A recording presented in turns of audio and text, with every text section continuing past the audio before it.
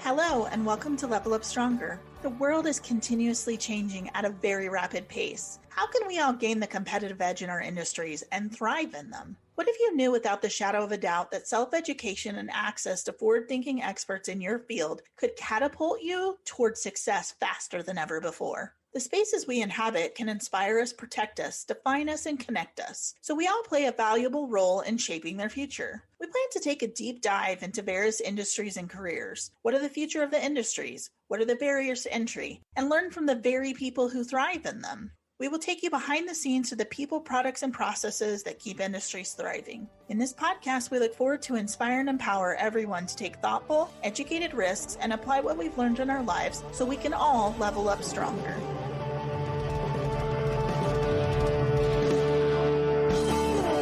In today's episode, we have the pleasure of speaking with a panel of veterans to honor their service, as well as the service of all past and present members of the U.S. Armed Forces. We have representatives from the U.S. Army, Marine Corps, and Navy who are currently working in various capacities in the civilian sector for IEI. They are currently located throughout the U.S. with roles ranging from project manager to BAS Technician. IEI has received the Hire Vets Award from the Department of Labor for 3 consecutive years and continues to actively recruit and employ veterans with a veterans hiring rate of 8% last year. This program was established by the Hire Vets Act of 2017 and recognizes employers that hire, retain, and support veterans. It is awarded based on factors including the percentage of new hires that are veterans, percentage of veteran employees retained for at least 12 months, percentage of employees who are veterans, and commitment to providing ongoing support and training during their employment. If your firm is interested in this recognition, or if you are a veteran seeking to find employment with a business receiving this distinction, additional information can be found at hirevets.gov. A big thank you to Baron, Jose, Joe, and James for sharing with us how their military service shaped them and helped them level up stronger. Here's what they have to say. What made you decide to go into the military? I worked at a lumber yard in South San Francisco, and there was a guy that was from Israel, and he was my boss. And I got there, and within 3 months, I was a lead, and then within 6 months, I was the supervisor for the night shift. And one day at lunch, he just stopped me and was like, "Have you been anywhere?" I said, "Yeah, I've been to like the Grand Canyon, and I've been to Disneyland." He was like, "You have 2 more positions to go up, and then you're capped out. You're 18 and a half." He was like, "You have to go do something. You have to go find something else because this isn't it." And he like gave me his background, how him and his wife were both in the military in Israel, which kind of led for them to move over to the United States so their kids wouldn't have to join. And he was just like, it took me a lot of places and exposed me to different stuff. He's like, "I think you should really think about it." So I thought about it that night when I was on night shift. And then the next morning I went and took my ASVAB test. It came back. I went first to the Marine Corps because I thought that's what I wanted. And then I realized I didn't like anybody in their recruiting office. So I went to the Navy, and everybody there was like at the speed that I needed them to be about doing a life decision. They were like, "Hey, it's up to you," not like aggressive with it. So I went to do my medical eval a week later. And then after my medical eval, I left 2 days after that. So 2 weeks after taking my ASVAB, I joined the military. I had always felt like I wanted to go in the military. When I was a kid, my grandfather would always have the VFW parades, and we'd always be in that. And everybody always looked up to him and in the community. And so he was a very influential person when it comes to that. So when I got out of professional baseball, that seemed like just the most natural thing to go do. And I did it. I went in the military at the age of 17, joined in 99 to the Navy. I needed to do something, get out on my own. At a young age, I needed to get out of the area I was in. I joined the Marine Corps in 2003. A few months prior, I had been laid off of my job, and no one was really hiring. It was right around as the dot-com bubble burst, and I was a computer programmer, and everybody kind of tightened their purse strings, and they weren't really hiring. But the military is always hiring. Really? Yes. So when I joined the Marine Corps, I initially wasn't really thinking about it. I just happened to go in the recruiter's office. I stopped at the Army recruiter office first, and they were okay, not very pleasant. And right next door was the Marine Corps. So as I was walking back with my family, recruiter for the Marine Corps came out. So I got to speak to him, and recruiters, they're very good at their jobs. They got me in the chair and they talked to me and they told me about a lot of different things, a lot of different opportunities I would have inside the Marine Corps if I joined. They got me to sign on the dotted line, and I ended up going to boot camp. Are there other veterans in your family? Yes. I think in my family, I think there's about 5 to 10 in my family alone. Awesome. Most of them are deceased because they served in the 50s and 60s. A few that have served over the last, we'll say 20 to 30 years, with my cousin Deborah being the last one I really know that has served. She served in the Navy. My brother, he just finished with the National Guard. I got a younger cousin that she's a major in the Air Force. I think that's about it. Any previous generations? No, first one in my family to go in. My father was in the Army. My grandfather was one of the first 100 Black Master Chiefs in the Navy. My uncle on my dad's side was prior Air Force. And then on my mom's side, I have a colonel in the Army and then I want to say a major in the Air Force. Then mom was Department of Defense. She used to do payroll. She used to do the old school handing out the checks at the Army base. So we jokingly all say it, like me and my cousins always say, like it's either you go to college and one of our dads pays for it or you join the military. There's not really any other option. That's what's always been expected. Yes, grandfather, dad, his brother, several other uncles. I think the World War II thing, my grandfather and his brother went, and so they were just very patriotic, and it kind of trickled down into my dad and his brother, and then again trickled down not for the Vietnam stuff. I think it may have been different. My dad's advice to me may have been a little bit different. I kind of fought him on it. Because he went to Vietnam? Well, he served during the Vietnam era and lost friends and things like that. He was actually fortunate not to be in the swamps and things like that. But he didn't have a good taste for the way everybody was treated at the time. And then my wife's father had Agent Orange, and so he was very not pro-military at all. Like he didn't want, and it's sad, so it breaks my heart, but he didn't want the flag over his casket or anything like that because of the way he was treated. Yeah. It's funny how, a little tragic, how the various different wars and the public's reaction to those wars had a direct impact on the legacy that came from that. Absolutely. It's almost like today's social media and the way it portrays things and spins things and things like that. And I think they've done a better job during this last couple conflicts to say, hey, it's not the soldiers' issues, we want to back them. It's more policy that we have problems with, the people that are against the war, I guess. Well, I think it's good that because there's been this shift to, I guess, supporting troops, that we actually are going back and trying to rectify some of the previous issues and put up monuments for people who died in Vietnam and things like that as well. Yeah, I totally agree. I think that they've come back and have gone full circle from a lot of that stuff, and it's good to see for sure. What did you do in the military, and what was your rank? My job, and this is going to be a mouthful, my job was a deceptive electronic countermeasure technician. Basically, I made sure jets and helicopters didn't get shot out the sky. So I had equipment on there that's classified that protects it against laser-guided, heat-seeking, and any other type of missiles. It gives the pilot a warning and a way to actually defend themselves, a little bit of defense. I don't know if you've seen all the movies, see all the jets and like Tom Cruise, they hit a button and all this stuff pops out. Sure. That's one of the systems that I worked on. And as far as rank, I got out as a sergeant. I started out enlisted as a combat engineer, and then I ended up jumping the fence and becoming an officer. And I ended up being a platoon leader in combat and also a company commander in combat. Where were you stationed?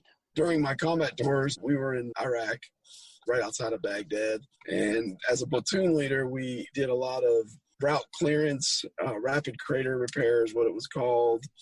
So if an IED blew up the road, one of the things the enemy liked to do is as soon as it blew it up, they would try to reseat it because they knew we were coming behind them to clean it up and repair the road. So they try to reseat it so they can get our guys on the next pass or something. So we had to get out there quick once there was a detonation. So we would oftentimes be called in the middle of the night to go out and fix holes. We'd have to have the Buffalo on there or something to dig around, make sure it hadn't been reseated already within the hours that the detonation happened. That was our main task. And then there would be times we rotate off of that and go build patrol bases. So we'd lay rock, put up T-barriers, or fortify a patrol base that got attacked. We'd go back in and refortify it for them with concertina wire and things like that. It was a fast year. It went by pretty quick. Well, when I originally joined, I was a fire controlman. I know it sounds like we put out fires, but it's more of missile and munitions operations. So we're the ones that shoot the 5-inch guns that sit on the front of destroyers, the big old guns that sit up front. And then other fire controlmen shoot Sea Sparrow missiles, Tomahawk cruise missiles, Standard missiles, Ajax, or the Sea Whiz gun mounts. They look like R2-D2. And there's like a Gatling gun that points out of one of the sides. So during my time in, I worked on the 5-inch naval gunfire system, and we provided naval gunfire support for the Marine Corps and the Army. So during amphibious raids, we would be the ships off the water that you always see in like the old World War II movies or the Vietnam movies, and they're just shooting naval gunfire support services. So I did that for my first 4.5, 5 years. And then I decided that I wanted to be a specialist. So I went to a school called Visit Board Search and Seizure. So I went to that school for a couple months and then got trained in biometrics and then also advanced techniques for explosive entry and tactical entry and manual entry. So that just means they taught us how to break down doors, whether using like a 960 rescue saw that you see like firefighters with. Some of the groups had jaws of life to be able to just cut through doors. And then I got also trained on torches. So it was a wide assortment. I thought it was going to be really cool. The videos are cool. If you look up the video, you're like, oh, wow, they come in like fast boats and rappel down and everything looks cool. But in reality, by the time I got to my first station, we just protected oil platforms and walked around for 12 hours. I quickly learned not to carry the cool stuff, which are like the rescue saws and the backpack torches. And I just carried like manual breaching equipment because it weighs less. So protected oil platforms called ABOT and KAOT. And those are about 60 miles off of Bahrain, so in the Horn of Africa. So they were major, it was a major input for where the tankers and the tugboats came in. I was in the Navy and in the Army, so I had two totally different jobs in both areas. When I was in the Navy, I started off as an aviation boatswain's mate equipment, basically living on the flight deck, launching and recovering aircraft all day long. Okay. And then I also did Master Arms work, which was MP, military police, and we used to work in a brig. And then when I came over to the Army, I basically did logistics my whole time. So when you did logistics, what did you do? A little bit from delivering cargo, whatever anybody needed, to working in a warehouse, whether it was back home and supplying our battalion, our brigade, or it was downrange and we were the only warehouse downrange and we support a whole region worth of people. What was your favorite part about the military? The people that I met, the brotherhood that you meet, the people that you meet, get close with. Do you still keep in touch with any of them? There is a handful that I still keep in touch with, yes. So many things. I think camaraderie. Amongst, especially in the Marine Corps, camaraderie amongst everybody is different than anywhere else I've ever worked outside of IEI. Anywhere else I've worked, it hasn't been the same camaraderie. So you don't necessarily live with everybody, but you work with these people for over a certain amount of time, and you grow to be a family type atmosphere. It's a brotherhood, right? Like a brotherhood and I find that a lot of people who've been in the military, they stay in touch. They almost treat their military colleagues, if you will, as family long after, you leave, right? This is very true. I keep in contact. I've served at about two to three different bases, and I keep in contact, we'll say about 90% of everybody I served with. When I came here to Norfolk, my unit was a little bit different, built differently than being at a Marine base. So I got to serve with Navy personnel as well. So then I have camaraderie with the Navy as well, so I keep in contact with a lot of them. Travel.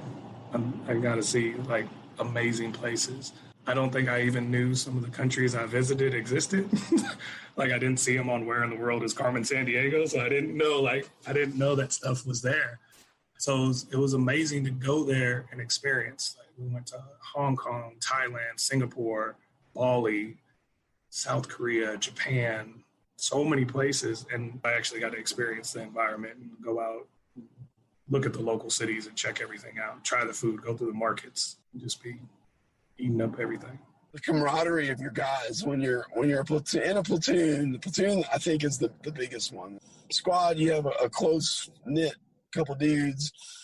But the platoon is about 20, 25 guys, and I really related it to my baseball years because a baseball team's about 20 to 25 guys, and you can really get a lot of different personalities and a lot of fun stuff and a lot of things out of that, and you can bond pretty good out of that size group. You still keep in touch with them? We do. We still talk here and there, and I was an older platoon leader at that time, but all those guys were 19, 20 years old, and now they're all grown up and starting to get gray hairs and kids and everything else. It's funny. What was the scariest experience you had in the military? So we were the only destroyer in the Horn of Africa, and we had both of our visit board search and seizure teams out in little what we call K-boats. You can call them rib boats, rugged, inflatable hull ships. So there's usually like 8 of us on each one, and we're like sitting outside doing maritime interdiction, which just means we're out there just standing there like mall cops, like making sure people aren't doing stupid stuff. Keep in mind, everybody that's in the other boats have like AKs and are yelling like, I hate America. So we didn't know, but when we turned around, we saw our destroyer like turning. We got left because our destroyer got tasked with Tomahawk launch missiles. So they got tasked by a CTF, like a combined task force, like called and was like, get to this zone now. So when it comes to Tomahawks, you have to go into a certain like 100-mile radius. And like once you get in there, the people that work on Tomahawks on the ships don't really determine where they go. They get told where they go. So they get the ship into that circle. That circle sits there, and they what we call spool up Tomahawks. So they went and spooled them up. But where they needed to be was like 120 miles away from where we were, and it was going to take too long to get our boats out of the water, so they left us. And we didn't have any boats really close to us, but it was by the time it got like 7 o'clock, it was getting dark, and we were just like, what just happened to us? Like, we just got left here. They ended up coming picking us up that evening, late in the evening. We were back on the boat at like 1 o'clock in the morning. But it was the first time. And they didn't like call and tell us anything. By the time they like turned their props, they like water was shooting up out the back of the boat, and it was like, that's not right. So that was probably the scariest one, just because I didn't know what was going on, and you're just looking at everybody like, do they know they don't have us? And just being in an environment where there's other hostiles that are out there with fully automatic weapons, and they shoot them off in the middle of the night, and there's nothing we can really do to enforce anything. We're just there as a presence. I stood on the Iran border with an AK-47 pointed at my chest, and I didn't have a weapon on me.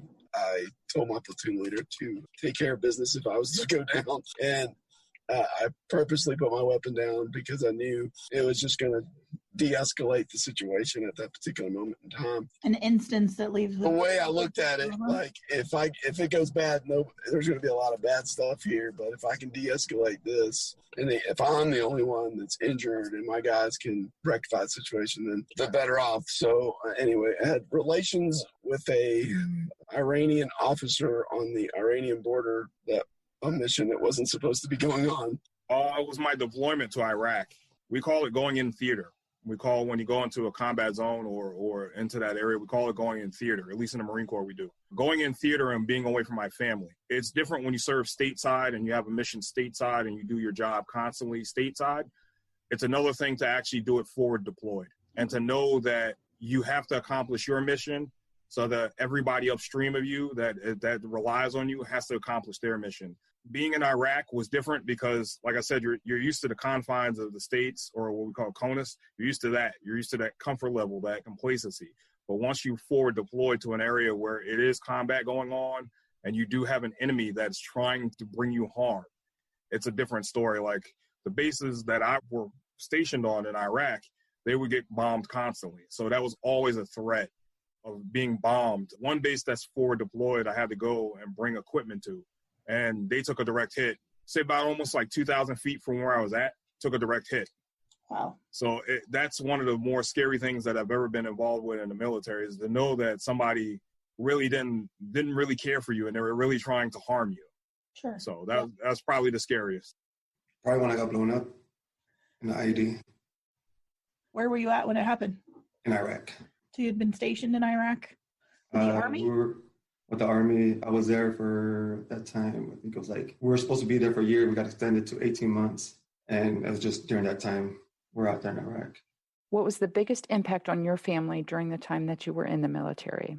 So on the negative side of that, it was very hard to come back after 3 years, 2 deployments, year and a half each of being gone just about for each one, of being married for 4 years and not really knowing your family or your kids. That was the negative side of it. And then the long road to trying to get to know each other again and things like that. Those were rough days. On the positive side of it, when you get over there and you really see the impact you're doing for some of the people that you're helping for other countries, even though you are definitely helping your country, because the more terrorism takes grasp in the other parts of the world, the more it's going to creep closer and closer to our country. So you've got to keep it at bay, and it's good to know that we had a little part in keeping it at bay.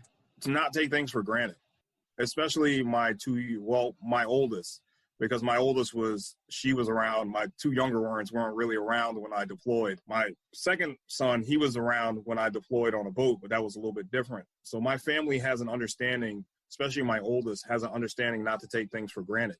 She has friends that have with brothers and sisters and uncles and cousins and fathers who didn't come home. I came home. So she was blessed in that fact that I came home.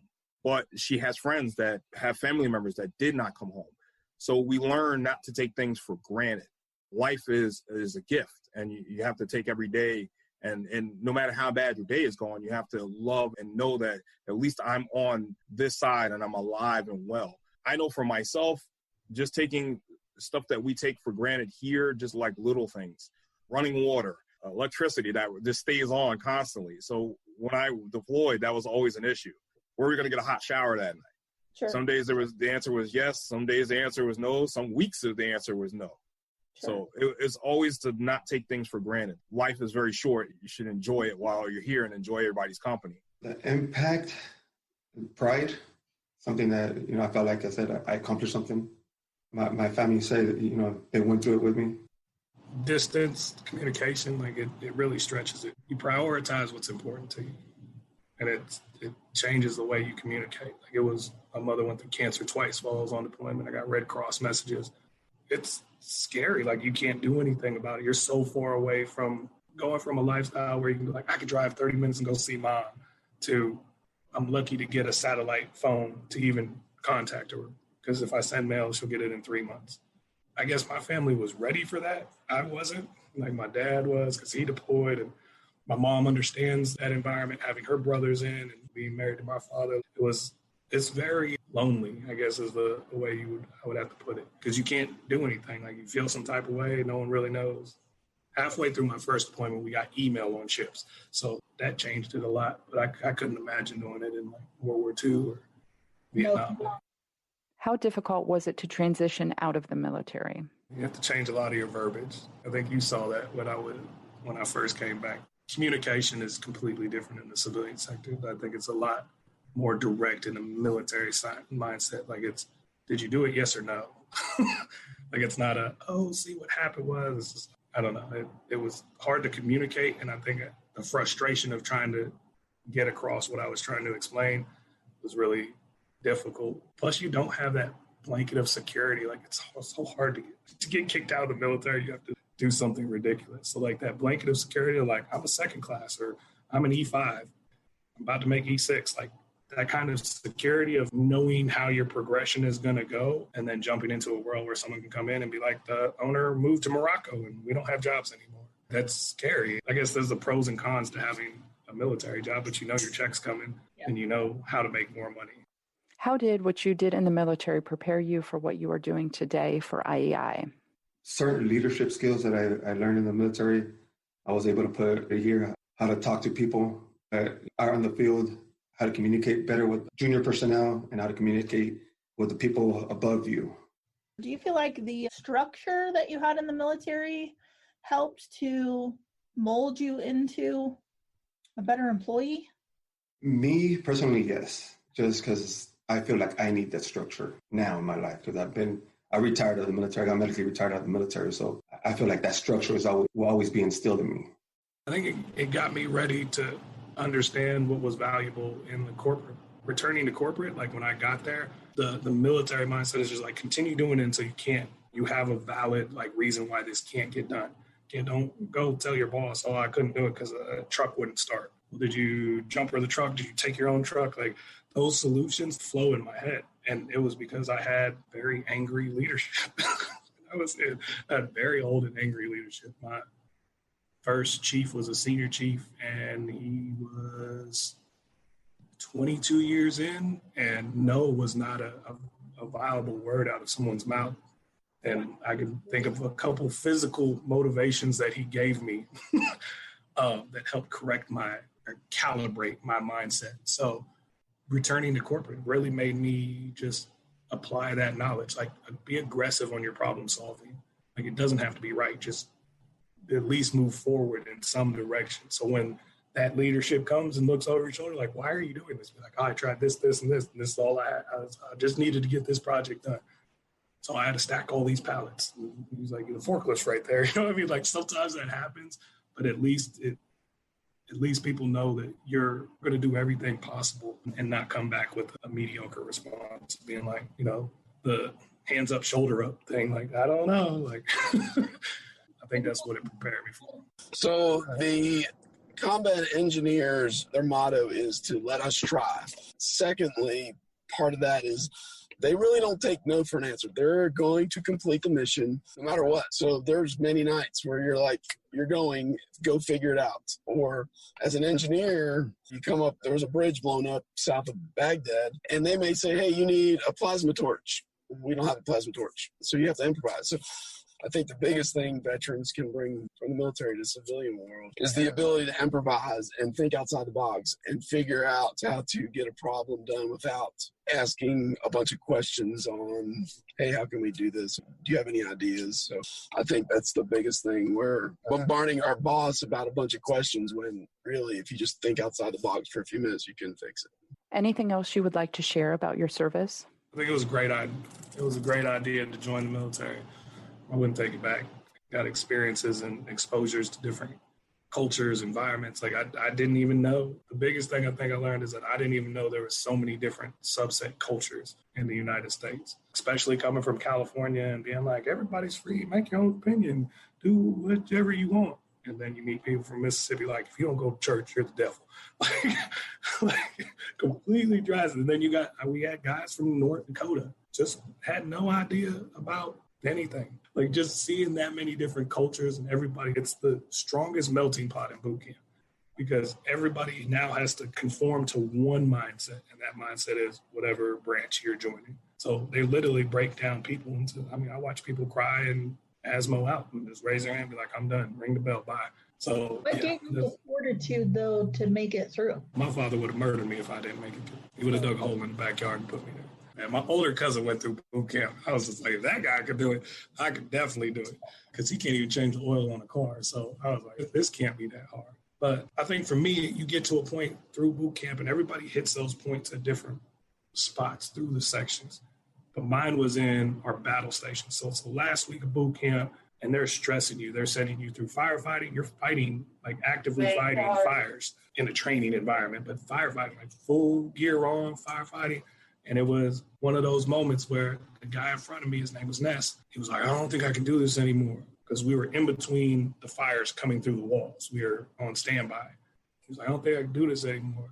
And I remember like literally grabbing me like, hey, if you leave, I leave. I'm not leaving right now.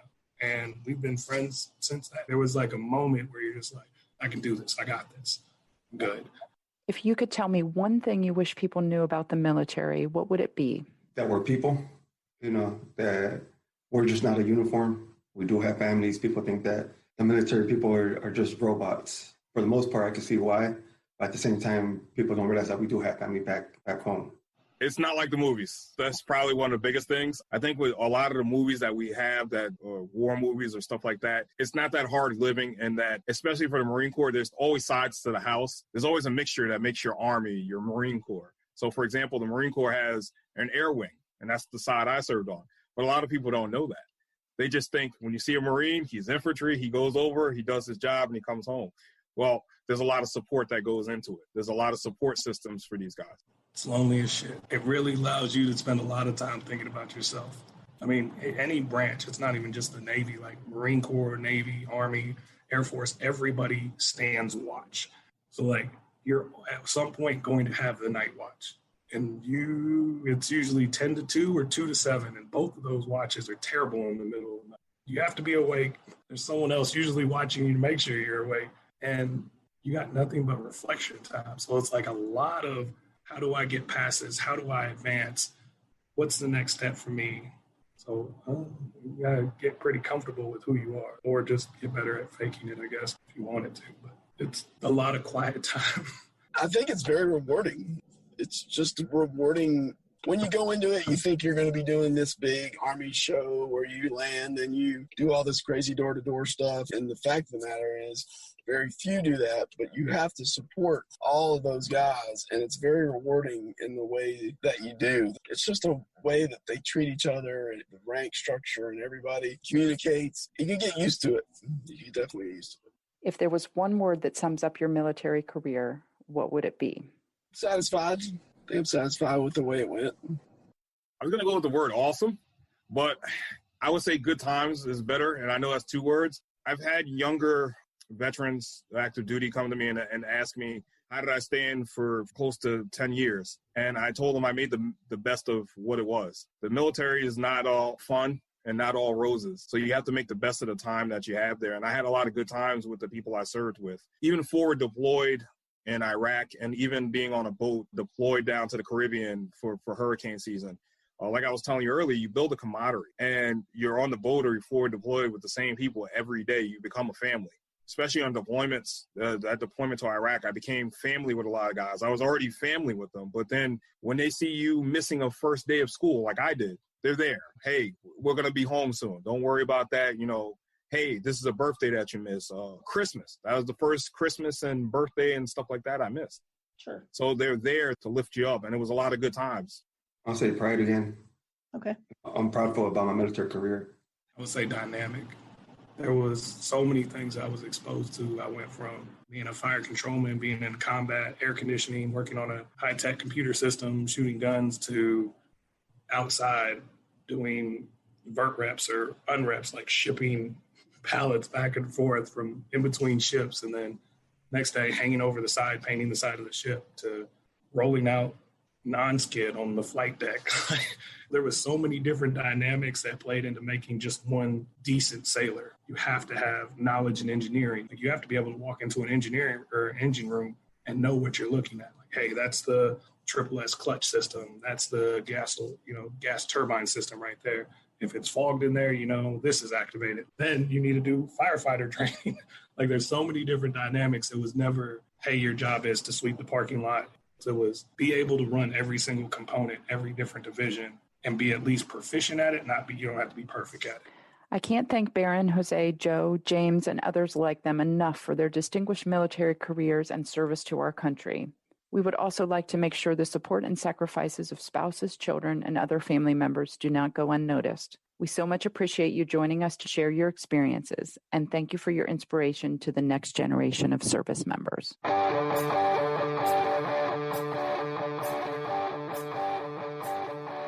Thank you for joining us on Level Up Stronger. For references to resources mentioned in this episode and to receive updates on future podcasts, check us out on social media or at levelupstronger.com. And remember, each time we take risk, educate ourselves, and apply what we've learned to our lives, we level up stronger. Each time we level up stronger, we have the opportunity to reach back and contribute to someone else's success too.